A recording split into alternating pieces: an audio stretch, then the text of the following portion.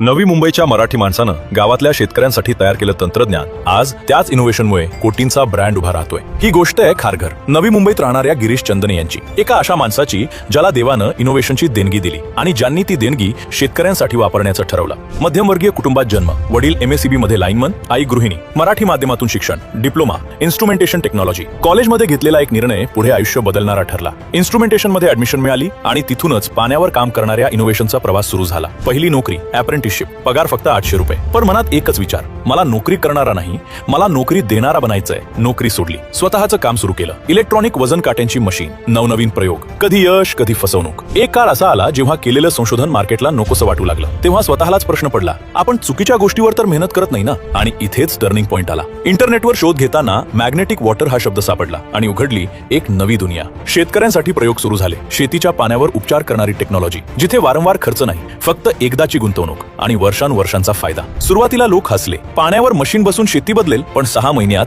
शेतकऱ्यांच्या पिकात फरक दिसू लागला। मुळी भरघोस वाढू लागली, जमीन मऊ झाली, क्षारपणा कमी होऊ लागला आणि तेव्हाच ठरलं, आता मागे वळून बघायचं नाही। झिरो पासून सुरुवात, 2 लाख रुपये टर्नओव्हर, आज 2 कोटी रुपयांच्या पुढे। एका गाळ्यापासून सुरू झालेली कंपनी आज स्वतःची मॅन्युफॅक्चरिंग फॅसिलिटी 1.5 कोटींची। वर्जन 1 पासून आज patented magnetic plus electronic version 13 पर्यंतचा प्रवास। आज टीम आहे 16 लोकांची। आज हा फक्त बिझनेस नाही, ही एक चळवळ आहे। गिरीश चंदने सांगतात, बिझनेस मोठा करायचा असेल तर फक्त नफा बघू नका, लोकांची गरज ओळखा, प्रॉडक्ट मोठा करा, बिझनेस आपोआप मोठा होईल। जसं वोल्वोनं सीट बेल्ट वरून पैसे कमावण्याऐवजी लोकांचं आयुष्य वाचवलं, तसंच आम्ही पाण्यावर काम करून शेतीचं भविष्य वाचवतोय। आज भारतात 20% जमीन क्षारपड आहे, उरलेली ही त्याच दिशेनं जात आहे। ही कथा इथे संपत नाही, कारण शेतकरी आणि शेतीचं खरं भविष्य आत्ताच सुरू होतंय। जब जागो तब सवेरा।